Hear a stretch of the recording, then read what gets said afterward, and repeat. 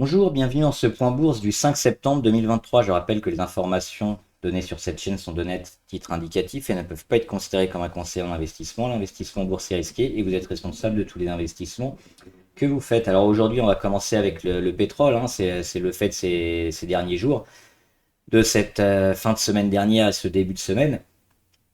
C'est le pétrole qui continue d'augmenter. Alors, on avait notamment l'OPEP qui avait réduit sa production de barils. C'était ici, hein, au mois d'avril 2023. On va dézoomer. Hop, c'est ici. Et récemment, on a encore eu l'Arabie Saoudite et la Russie, hein, qui baissent le nombre de barils. Donc, mécaniquement, qui font pression sur les prix à la hausse. Et pour autant, on a toujours une demande importante et une augmentation des prix. Alors moi, ce qui m'embête un petit peu, c'est que cette hausse des prix, elle est plutôt faite par la diminution de l'offre par rapport à la demande. Donc il y a une baisse de production de barils et c'est pas la demande des entreprises, la demande d'énergie, la demande de croissance qui va faire augmenter ce prix du pétrole. C'est véritablement la congestion sur la production de barils qui est en train de diminuer et mécaniquement qui fait monter le prix. Donc ça a un premier impact sur les entreprises. Déjà, qui ont pas mal de mal. Alors on a les chiffres sur les PMI, hein. Les PMI, c'est la santé du secteur industriel et souvent quand il est sous 50, on est en contraction. À l'inverse, au-dessus de 50, on est en croissance. Et là, quasiment partout. Alors la Chine, on est passé à 51, on était à 53 il n'y a pas longtemps. On est déjà à 51, donc on se rapproche de la contraction économique. On est déjà sous les 50 dans pas mal de pays, notamment les quatre gros pays européens, à savoir l'Allemagne, qui est vraiment en retard même par rapport aux autres, hein. C'est la première économie européenne. L'Allemagne, elle est très bas, hein. Elle doit être sous les 47 ou 46 au niveau des PMI. On a la France, la Grande-Bretagne et l'Italie, c'est pareil, on est tous sous 50. Donc des États-Unis, on aura les chiffres demain. PMI Service notamment à 15h45. Et la Chine qui a du mal, l'Europe qui a du mal. Donc, et malgré ça, on a le pétrole qui croît. Alors le pétrole qui croît pas à cause de la demande, mais surtout qui croît dû à une baisse de l'offre. Et ça, moi, ça m'embête pour le futur parce qu'on a déjà des entreprises qui commencent à avoir pas mal de mal sur les marges. On a des profit warning, on l'a vu avec Pernod Ricard récemment. Et l'énergie va coûter encore plus cher prochainement. Donc ça fait beaucoup pour les entreprises. Et voilà, donc il va falloir voir ce qui va se passer ces prochains mois, les prochains résultats qui vont arriver. Mais avec à la fois une grosse pression sur les marges, des taux très élevés encore, il y aura même peut-être encore une augmentation avant la fin de l'année, et le prix de l'énergie, hein, qui monte. Donc du coup, pas mal d'actions sur le secteur énergétique sont en hausse. À voir si ça va tenir, mais déjà le pétrole, voir le pétrole casser ici les 87, c'était quand même une petite surprise. Alors un peu moins avec les récents événements sur la production, hein, des pays du Golfe notamment. Euh, à voir si on tient les 90 ou on va aller chercher plus haut. C'est quand même très cher pour les niveaux économiques qu'on a actuellement. Un petit point aussi sur l'équivalent du CRB. Alors ça a changé, il faudrait que je retrouve d'autres indicateurs, mais c'était la même chose, hein. C'est un panier de valeurs sur les matières premières, énergie, etc. Et on voit que depuis le mois de juillet, il y a un rebond. Donc il y a un rebond des prix, ce qui va mécaniquement influer sur l'inflation. C'est pour ça qu'on a vu pas mal de petits rebonds, hein, de l'inflation récemment, depuis cet été, on le voit ici. Donc il faudra conserver ce graphique en tête et puis voir si ça baisse prochainement. Ça pourrait aider l'inflation à baisser. Et enfin, on fait l'or. L'or en congestion. Hop, on le voit ici, il y a toutes ces moyennes mobiles, hein, qui sont rassemblées ici entre 1915 et 1953. Donc c'est vraiment très, très petit. On a une congestion qui se passe, des plus bas quasiment au même niveau, au moins sur l'oblique, les plus hauts de plus en plus bas. Donc l'or n'a pas encore choisi son camp. On en a cru qu'il allait casser à la baisse, mais finalement il s'était rattrapé hein, au début à la mi-août. Mais pour l'instant, on en est là, l'or n'a pas encore choisi, et on attend une cassure franche et puis un maintien sous ou au-dessus de ces niveaux-là, pour voir peut-être l'or corriger, ou alors casser les 2000 et aller plus haut. Je voulais voir aussi l'euro-dollar, parce qu'on a le dollar qui remonte bien dernièrement. Alors là, on va voir face à l'euro. Ça baisse. Ça baisse pourquoi? Parce que c'est l'euro qui baisse face au dollar. Donc c'est le dollar qui monte depuis ici, hein. Depuis le mois de juillet, on le voit, il y a l'euro-dollar qui baisse, c'est-à-dire que le dollar est en train de monter. Sur un panier de valeurs aussi, avec d'autres valeurs, c'est la même chose. Là, on va se concentrer sur l'euro, hein, ça nous intéresse un peu plus que dollar-yen ou dollar-livre. Mais en gros, c'est un peu pareil partout. Le dollar revient bien. Il revenait quand même de très loin. On était ici sur les 0,96, donc l'euro était beaucoup plus fort, hein. Et là, à nouveau, le dollar qui reprend un peu la main et qui est en train de casser des niveaux importants, hein. On le voit déjà, il y a une phase de correction et puis on casse les 1,0787. On casse la moyenne à 200. C'est une volonté probablement aussi des banques centrales hein, au niveau du dollar de ne pas avoir un écart trop important entre l'euro et le dollar, et puis regarder quand même une monnaie forte sur le dollar. Il y a aussi la Chine qui a des mauvais résultats, ça aide le dollar à performer. On va regarder rapidement le CAC 40 pour voir ce qui a bien fonctionné et non. Alors déjà l'indice, il est où l'indice? Il est ici. Alors on perd 0,3. On a eu une journée assez spéciale. On va la regarder en détail, hein. La journée. On ouvre ici, donc on ouvre quand même en baisse par rapport à la clôture de la veille, hein, en moins 0,5. Et puis on est descendu jusqu'à moins 1,2 au cours de la séance, avant de regagner, on le voit, de même faire plus 0,1.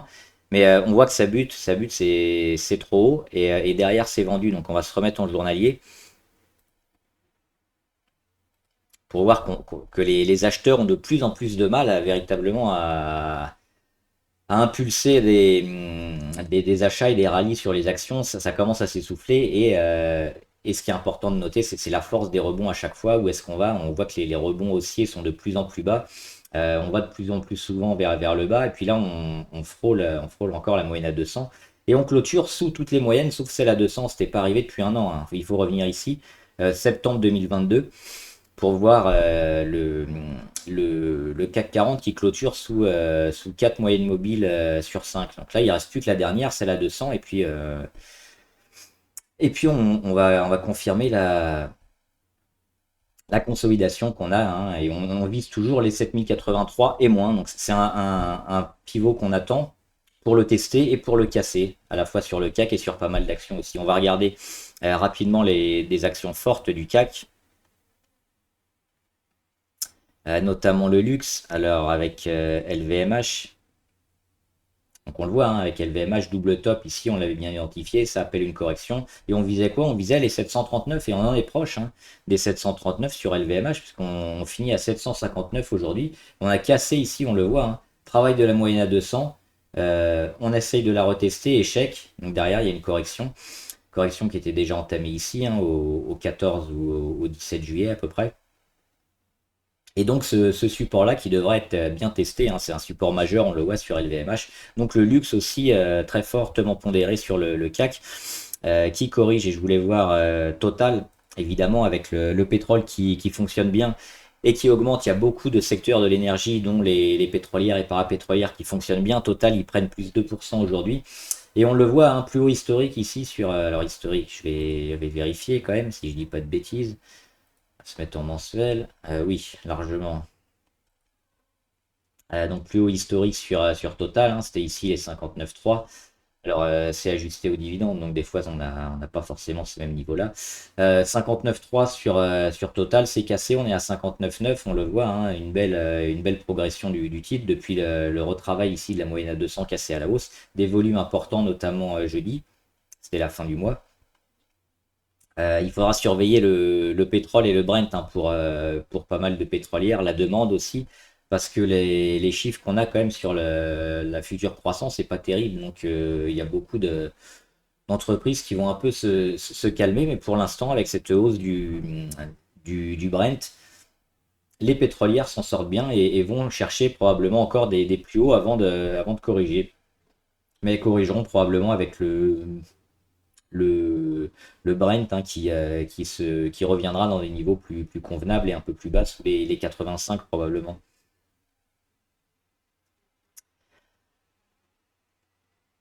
Et on va regarder. Alors, avant les actions du portefeuille, il y a quelques actions à surveiller. On a aussi que j'ai rajouté dans le portefeuille. On peut regarder notamment CD Projekt. CD Projekt, c'est dans le jeu vidéo, hein, c'est un éditeur, je crois, de jeux. Alors pourquoi on s'intéresse à CD Projekt? Parce on a ici une belle congestion. Là, on dézoome, hein, c'est un titre qui a énormément perdu. Alors, c'était notamment, je crois, l'éditeur de Cyberpunk qui avait fait un gros bug à sa sortie. Donc, ils avaient perdu beaucoup. Ça doit dater d'ici, hein, 2020-2021. Donc, on a vu le titre énormément chuter. Pour finalement, alors on voit qu'il donne des dividendes, hein, maintenant. Donc, ça, c'est plutôt intéressant. On a un support qui date de pas mal de temps, maintenant un an, hein, le plus bas de ces derniers mois, ces dernières années, il date d'il y a un an, donc ça tient. On a un support intermédiaire sur les 22, on a des belles poussées, et puis surtout on a ici une phase de retournement qui est en train de se mettre en place, hein. On a le début ici, on a la confirmation là, au mois d'avril 2023. Les plus hauts ici, qui sont plus hauts que le dernier plus haut, donc on dépasse les 32,5. On va le mettre sur 39,3 environ. C'est la résistance ici à 38, hein, qu'on a cassé de peu. Et derrière, qu'est-ce qu'on a? On a un retour à la moyenne avec des petites sous-vagues comme ça qui vont faire que le titre va revenir ici entre les 32 et les 39 pour finir dans cette phase de congestion et peut-être repartir. Alors pourquoi c'est intéressant? Parce que le titre est plutôt à la hausse, hein, si on regarde les moyennes mobiles, donc c'est toujours plutôt intéressant de se mettre sur des titres haussiers comme ça qui peuvent recasser leur phase de congestion. Donc là, si on revient à casser les 36-37 en gros, ça pourrait être intéressant d'acheter CD Projekt. DBV, c'est un peu spéculatif, DBV, hein, c'est dans un secteur de la santé. Il donne des signaux intéressants ces dernières semaines, là on le voit, avec des beaux chandeliers, donc pourquoi pas, c'est une petite ligne, hein, à jouer en spéculatif pour espérer ce genre de choses, hein, des gros chandeliers où on prend 10-15% assez rapidement. Donc pourquoi pas. Greenvolt aussi, elle est intéressante. Comme tout le secteur de l'énergie, hein, toujours plutôt fort et plutôt résilient. Et Greenvolt, moi, il m'intéresse bien parce qu'on le voit ici, il y a une petite phase quand même de congestion sur Greenvolt. Voilà, qu'on voit ici entre ces deux obliques, alors qui est même en dessous l'oblique ici sur les plus hauts, alors pas forcément pertinente. On n'a pas le troisième point d'impact, mais on le voit, hein, on avait ici ce niveau avec beaucoup de rentrées d'investisseurs sur les 6,90. On avait le canal haussier entre l'oblique verte ici et l'oblique rouge. Ensuite, la phase de correction, le travail sur la moyenne à 200 qu'on casse ici, hein. C'est là où on doit quitter la position. Derrière, ça corrige. On va chercher les supports un peu plus bas. Et puis, on va pas chercher les 5,20. Ça, c'est intéressant parce qu'on n'est pas allé beaucoup plus bas. Et on se maintient ici, finalement, entre les deux. Entre les 5,20 et les 6,9. Et là, on n'est pas loin d'avoir une petite phase de congestion. Alors, on va chercher à avoir quoi? Des volumes, des beaux volumes, des beaux chandeliers, des cassures à la hausse sur les 6,5, 6,6. Ça pourra nous alerter pour rentrer sur Greenbot. Là, c'est encore trop tôt, mais ça se surveille. Métropole TV, c'est plutôt un crack avec un K, hein, parce que on casse les 12,7. On le voit, on vient souvent les frôler, hein, dernièrement. On a méché quelques fois ces derniers mois en dessous. Mais là, en zoomant, ça fait 3-4 jours qu'on est en dessous. Il y a tout qui est en train de se retourner. Donc sur M6, c'est pas terrible. on s'attend peut-être à les revoir sur les 10 ou au moins sur les 11, 11,3 à court terme. Well Group, c'est pareil, hein. Beaucoup de problèmes avec les investisseurs et John Textor notamment. Alors, la prime n'est pas intéressante, pas tellement intéressante pour le moment, parce qu'on parlait des 2-2 hein, pour le rachat d'actions. Donc, ça nous mettrait ici. On est quasiment sur les deux, on est à 1,95. Donc, au niveau du risque, et comme l'entreprise est un peu avec pas mal de turbulences. Pour moi, ça vaut pas encore le coup d'attendre, d'acheter maintenant et d'attendre un retour sur les deux. Il faudra plutôt attendre encore une grosse baisse ou pas mal de chute du titre pour rejouer la hausse et les 2-2 sur OL Group. Là, on se maintient sur ces niveaux-là. La spéculation n'est pas énorme. Pernod Ricard, on en parlait, hein, j'ai oublié de la faire la semaine dernière. Il y avait eu un profit warning. Donc c'est pour ça qu'il y a eu un gros chandelier là avec le gap baissier hop, assez important à l'ouverture. On vient tester le support des 182 et puis on le casse, hein, on le voit, on casse le support, hop, il devient rouge. C'est plus un support, c'est une résistance. Et on continue de baisser. Donc quand c'est comme ça, hein, quand on a un profit warning, généralement ça met plusieurs semaines ou plusieurs mois avant de revenir. Donc le titre, on va l'oublier pendant un moment. Et puis il faudra y revenir peut-être à la fin de l'année, octobre, novembre, décembre, mais avant ça semble compliqué quand même sur Pernod Ricard.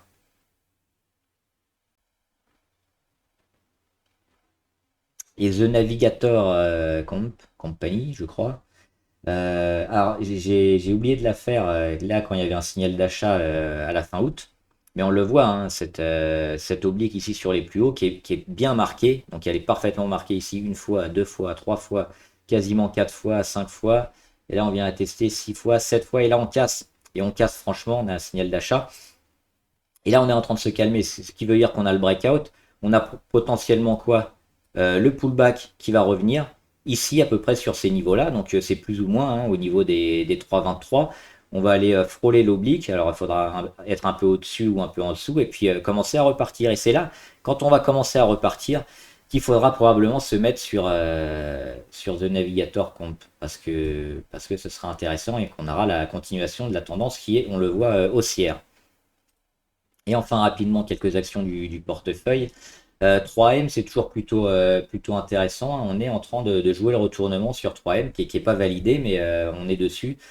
Ce qu'il faut, c'est casser les 111, les 111,5 pour valider la hausse sur 3M. Donc là, on est en embuscade, mais c'est toujours le même principe sur les actions, cassure d'oblique, breakout, pullback, et ensuite continuation de la tendance qui est en train de se mettre en place. Donc là, on y est hein, vraiment sur 3M. Donc c'est pas mal, on est au-dessus de toutes les moyennes. Qu'est-ce qui nous manque? Des petits volumes, même si dernièrement c'était plutôt correct. C'est plutôt intéressant quand même 3M par rapport à toutes les actions qui sont à la baisse. Alibaba, alors moi je vais rentrer probablement dessus bientôt sur Alibaba. J'attends un point d'entrée idéal, peut-être un peu moins cher, quand elle aura fini de descendre, mais dans ces eaux-là, hein, autour des moyennes sur les 90, 91. Je serai probablement acheteur, j'en ai déjà beaucoup parlé d'Alibaba, je répète pas, il y a aussi une division sur les puces et l'intelligence artificielle qui va être mise en place, qui est déjà mis en place par Alibaba, en plus de ses affaires courantes. Donc oui, sur Alibaba, on sera même dans le moyen et peut-être le long terme. Ça va être intéressant. Donc là, on attend une porte d'entrée et puis peut-être une validation avec des volumes intéressants et puis la rentrée d'investisseurs long terme sur le titre pour prendre le bon wagon. Esso, alors Esso pareil, hein, c'est comme Total. On profite de la hausse du pétrole pour monter. Esso, bah, je vous en parle, hein, depuis qu'elle a cassé ici les 51, 51,3 environ. Bah, elle est bonne à acheter, breakout, pullback, continuation de la tendance haussière, et on le voit, ça fait des beaux chandeliers, on est hors Bollinger. Donc on avait des points d'entrée ici, hein, sur les 51, 51,3 environ, on est déjà à 57. Ça fait hein, 12% environ si on l'avait pris au meilleur moment ou un peu moins si on l'avait pris après. Donc toujours une bonne action. Est-ce qu'on va aller jusqu'au 70? On verra, ça dépendra du Brent, mais déjà on peut commencer à monter les stops, hein, et puis à voir le jour où le Brent va commencer à se casser la gueule. Faudra penser à monter les stops ou vendre ESSO, mais pour l'instant c'est plutôt haussier. Et Hermès, alors comme LVMH, le luxe qui consolide, qui baisse, on le voit, double échec ici, hein. Mois de mai, mois de juillet, confirmation, on va commencer à tout retourner à la baisse. Pour l'instant, ça résiste, mais on voit, on est plutôt dans le bas encore une fois, hein, sur Hermès. Et pareil, comme le CAC, on clôture sous la moyenne à 20, à 50, à 100 et à 150. Il n'y a plus que celle à 200 qu'on va bientôt aller jouer. Compliqué pour le luxe et la Chine aussi, hein, très important pour le luxe qui a du mal. Donc sur Hermès, pourquoi pas ici les 1653 environ, hein, c'est un palier, ou alors on en a un intermédiaire ici sur les 1764 environ, qui pourrait être joué assez prochainement sur Hermès. Mobileye qui a bien fonctionné, hein. Alors oui, les grands chandeliers, ils sont importants. Le corps des chandeliers, souvent, quand on met une ligne à la moitié, que ce soit les chandeliers rouges ou les chandeliers verts, on compte pas trop les mèches, on prend juste le corps, on met une ligne à la moitié, on a souvent des points pivots, des points importants qui sont pertinents pour le marché. Et là, on le voit encore une fois, on est allé chercher la moitié de ce gros chandelier-là. Ça a permis de faire support. On a cassé l'oblique court terme de correction. Et là, on revient à la hausse. Donc oui, sur Mobileye, on est plutôt bien. Maintenant, il faudra voir la force du rebond. On l'espère au moins sur les 41 pour rejouer toutes les moyennes comme elle l'a fait précédemment, hein, parce que Mobileye, on est plutôt pas mal, hein. C'est le secteur de l'équipement automobile et l'aide à la conduite des équipements, tout ce qui est aide au freinage, toutes les technologies qui ont été rajoutées dernièrement sur les véhicules. Gros secteur à venir, hein, sur sur tout l'automobile notamment. Et donc Mobileye qui est alors, pas un des leaders, mais ils sont pas 5000 déjà en bourse. Et on a un autre concurrent de Mobileye qui a été fait par Google notamment, donc par Alphabet, mais elle est noyée dans Alphabet, donc on ne peut pas jouer directement cette action-là, sauf avec Mobileye qui a été vendue, et donc là c'est l'entreprise propre dédiée à l'aide à la conduite. Donc c'est pour ça qu'on joue spécialement ce secteur-là.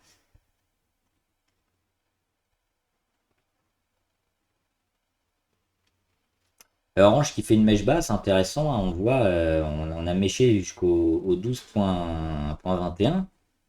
Ce qui fait quand même, hein, dans la journée, on a perdu moins 6 et on finit à moins 0,06, donc quasiment stable. C'est intéressant d'être acheté comme ça.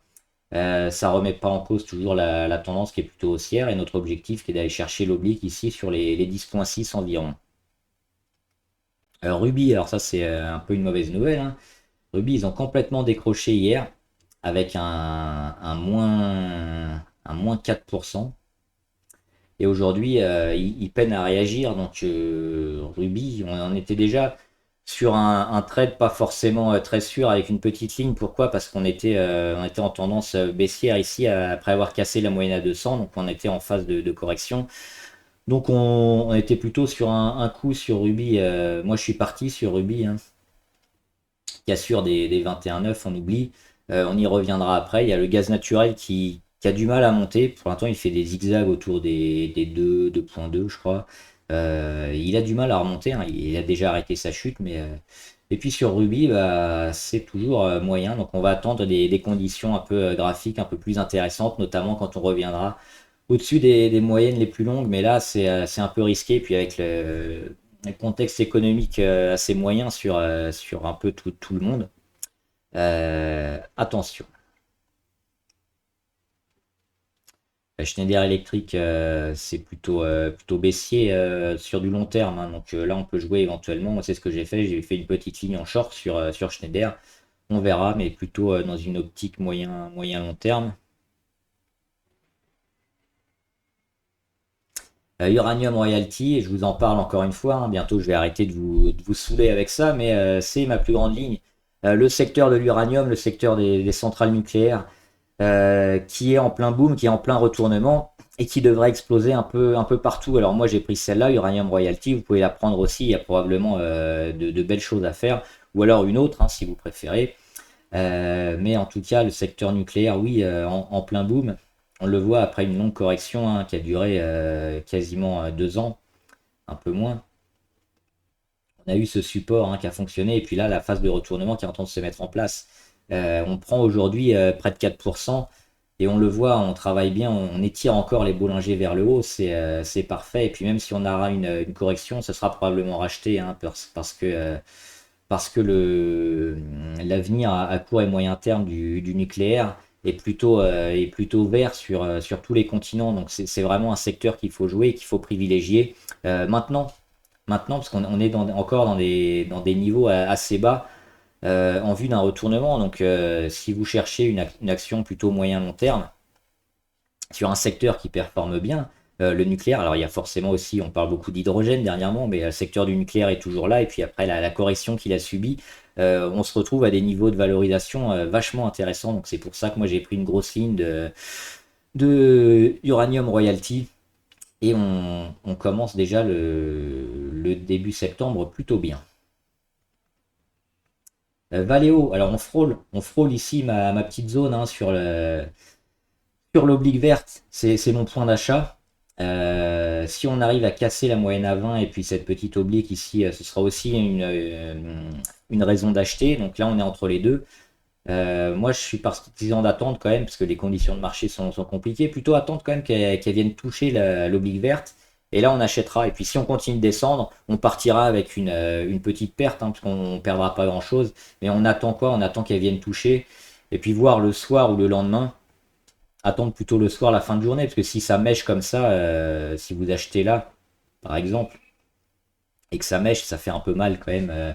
Pareil ici, on peut perdre beaucoup, donc plutôt attendre la fin de journée pour rentrer sur Valeo le jour où il vient taper l'oblique ici, et qu'on a peut-être un début de réaction. Vallourec, bah, comme le pétrole fonctionne plutôt bien, Vallourec c'est la même chose, on a cassé la résistance à 12,25 récemment. On continue de monter en escalier gentiment, on étire les Bollinger vers le haut, c'est plutôt intéressant. Pareil, quand le Brent va un peu se casser la gueule, Vallourec devrait se calmer, mais pour l'instant, on est haussier sur le parapétrolier, donc pas d'objectif à part celui-là, même s'il est un peu haut, hein, les 14,5, mais on suivra plutôt la fin de la hausse avec peut-être les indicateurs, la moyenne à 20, et puis ici, si on vient à casser l'oblique verte RSI sur les plus bas, et puis on espère, parce que là on est déjà à 66, monter au-dessus des 70, et généralement on a des belles journées, hein, quand on est en surachat au-dessus des 70 niveau RSI, donc pourquoi pas, hop, quelques belles journées ici, et puis on montera les stops, et puis on pourra vendre Vallourec. Verimatrix, encore une nouvelle action, pourquoi je l'ai mis? Je crois qu'il y a quelques abonnés, hein, qui la jouent, Verimatrix. Alors là, il y avait eu un petit problème, c'était je crois qu'il s'était fait hacker ou un truc comme ça. Quand on est une entreprise de cybersécurité, bah, c'est pas sérieux, hein. Donc le titre avait bien chuté, derrière ça a été catastrophique. On a mis 1 an et demi avant de se refaire, et puis là on a un support à 0,53 qui dure depuis quand? Septembre 2022, donc ça fait 1 an, donc on a un support bien fort, bien long, qui est intéressant. Le titre a arrêté de chuter, il a mis les points pivots, hein, parce qu'après on a remis un plus haut ici, et entre les deux, bah, on a quoi? On a la construction.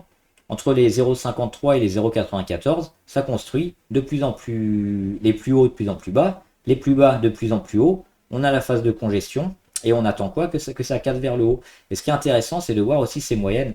On voit, hein, ces moyennes, notamment les plus longues, et la plus longue ici à 200 en rose, qui est en train de s'aplatir et qui revient même à la hausse. Donc en cas de quelques belles journées, de quelques journées avec des volumes, de cassure ici et de retour du cours autour des 0,72, ça pourrait être pas mal de se mettre et d'acheter Verimatrix. Pareil, pour le moment, c'est encore trop tôt, mais le jour où on va avoir Verimatrix par là, hein, sur les 0,72, 13, 14, faudra probablement acheter.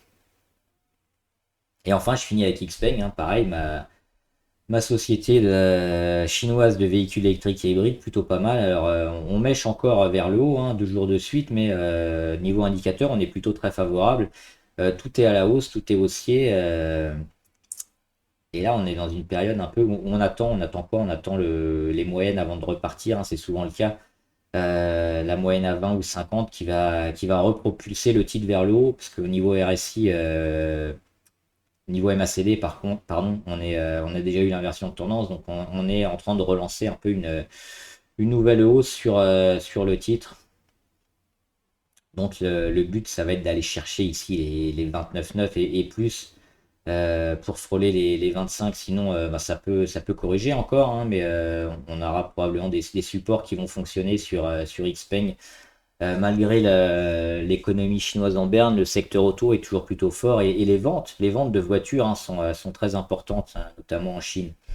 Voilà, j'espère que la vidéo vous a aidé. Dites-moi en commentaire, hein, ce que vous en pensez.